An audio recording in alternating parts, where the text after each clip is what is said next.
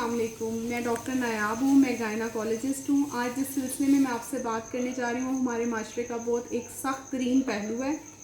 लेकिन खुशी इस बात की है कि आज जो फ़ैसला किया गया है उसके बाद काफ़ी हद तक हमारी लड़कियों की, बच्चियों की और ख़वातीन की जो इज़्ज़त है वो महफूज रहेगी। सबसे पहले तो मैं उन जज साहब का तहे दिल से उन्हें सल्यूट करती हूँ और शुक्रिया अदा करती हूँ कि जिन्होंने इतना अच्छा जो है वो फ़ैसला सुनाया है। आज से कुछ माह पहले मोटर वे पर एक मैरिड खातून के साथ जैसा रेप हुआ था, उसके जो है उसके बच्चों के सामने उसकी जो है हुर्मत को तज़लील किया गया था, तो उस वाक़ये ने जो है काफ़ी खौफ व हिरास ख़वातीन में भी पैदा कर दिया था। लेकिन खुशी इस बात की है कि जो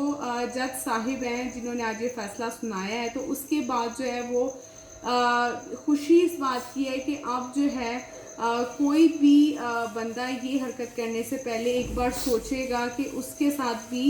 यही हो सकता है, उसे भी फांसी हो सकती है, तो वो अब ऐसा कोई कदम नहीं उठाएगा। तो जैसा अगर हम हिस्ट्री को देखें तो हिस्ट्री में भी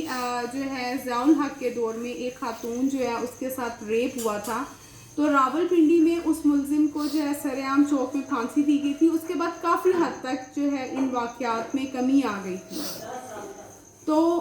मैं इस बारे में यही बात करूँगी कि जिस तरह ये आज अदलिया ने इंसाफ किया है, तो इस फैसले के बाद जो है वो काफ़ी हद तक जो है अब इन वाक़यात में जो है वो कमी आएगी और ख़वातीन जो हैं जो उनमें खौफ व हिरास पैदा हो गया था, वो भी आज जो है